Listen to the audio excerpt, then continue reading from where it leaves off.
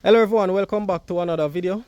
As you'd have known from previous videos, this is a hydroponic shade house and these sweet pepper plants are grown in a Dutch bucket style hydroponic system. Now this system is perfect for a backyard farmer and even commercial farmers as well. The reason I say that is because this system is scalable.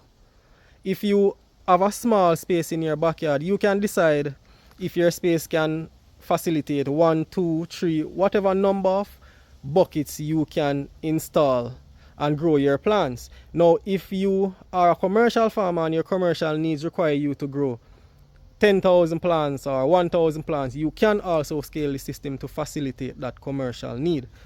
With that said, let us talk about a very important cultural practice that must be employed when growing sweet pepper and also other plants. And that important cultural practice is pruning. Now, before you prune, you must ask yourself, why am I pruning? Now, there are a number of reasons why someone would prune, and I'm going to list a few, and they are in no specific order. Number one, take for example, these plants that you are looking at. As you can see, they are looking a bit clustered, and this cluster is caused from the leaves overlapping each other and also branches. Now when this happens, you find that air movement is restricted in between the plants.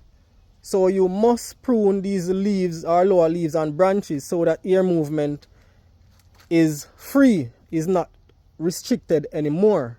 So that is one reason to prune. And of course, when you remove that air movement restriction, you also help to maintain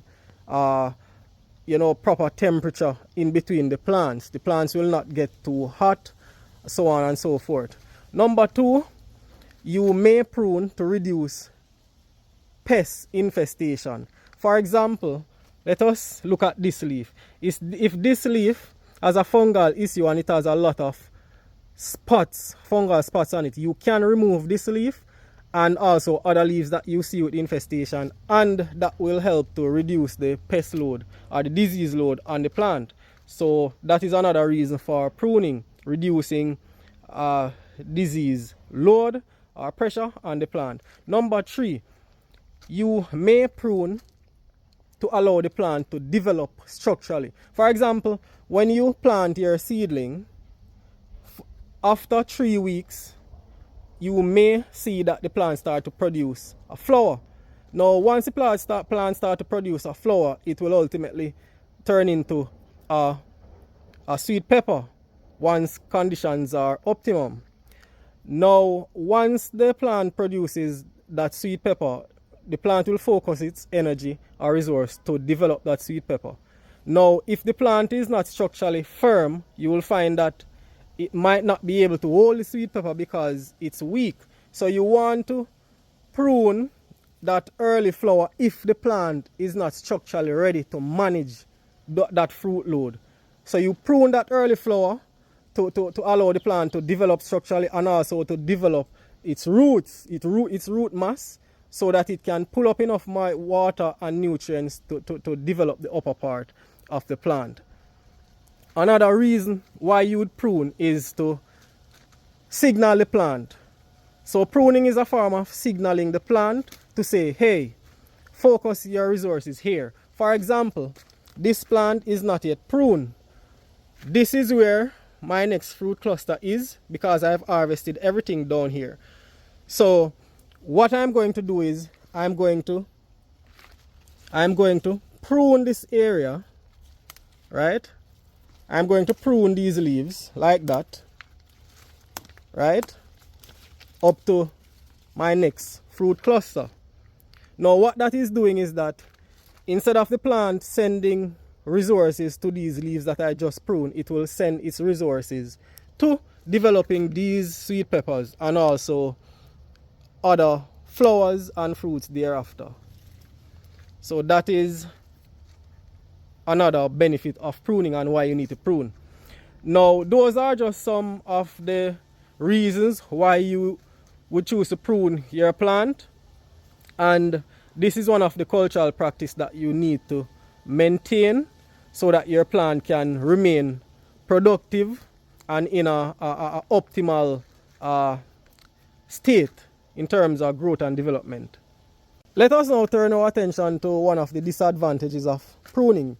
Now, if you prune without understanding what you are doing and understanding the environmental conditions, you can end up with an issue that is very common when growing sweet pepper, and that issue is sun scald. Sun scald is basically when this sweet pepper is overexposed to the radiation of the sun, and it causes the sweet pepper to burn. And that is why we always say, if you know that the radiation is very intense in your growing space, the plant will naturally grow leaves to cover the fruits or to shade the fruits from the intensity of the sun. So if you know that sun scald is an issue, do not prune the leaves where you see that the leaves are protecting the sweet peppers. As you can see, the leaves are protecting the sweet peppers. If you remove those leaves, then you stand the chance of causing sun scald to happen on your sweet peppers. And once that happens, of course you can still use it, but you will find out that it's not marketable, right?